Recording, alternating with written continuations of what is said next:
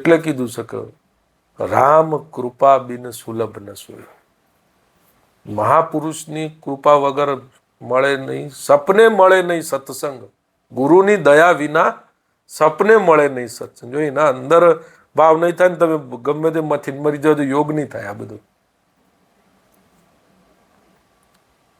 આમ વિચાર જ થઈ જાય એમ કે મારે જવું છે પણ પાછું પાડી દે. આપણા પુણ્ય નહીં ને એટલા એમાં કોઈનો ધક્કો જુઓ. આપણે એટલું બેલેન્સ નથી ને, ઉર્જા એટલી ભેગી નહીં કરીને કોઈનું બેલેન્સ જુઓ. એમાં તો કીધું ગુરુ ને શિષ્ય હોય દોનો સાચા, તાણા પ્રગટ થાય છે વસ્તુ. એ ધારે એમ આધ્યાત્મિક ગતિ આપણી લઈ શકે ગુરુ. સારું લક્ષ્ય લે ને આપણને શું હોય તો ઉર્જાવાનો સંકલ્પ કરે એટલે એમ થાય ગેડો તાર જીએ બાપુ જોડે, ગુરુ જોડે જીએ તરત જ. અને સુધારો એ કરી શકે એમ. આપણે એવું વિચારીએ કે મન ફિટ થઈ ગયું, આપણને ના થાય. કોકની દયા હોય નો પાવર કામ કરતો હોય.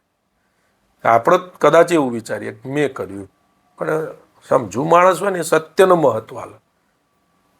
તારું આ સત્ય જ કામ કરે છે.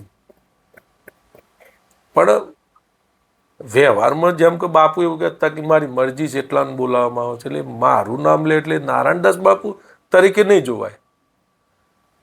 પણ વ્યવહારમાં એમ ના કહે કે એમ કે ઉર્જા ખેંચસ તમને, એ ઊંચી રીતે કહે એમ આપણી લેવલ ના હોય. વ્યવહાર પૂરતું એવું કહેતા બાપુ એમ કે અહીં મારી મરજી છે એટલા આવું છે. પણ એ ખેંચશે કઈ વસ્તુ એમ? કોઈક શક્તિ તો છે ને, કોઈક શક્તિ જ કામ કરે છે.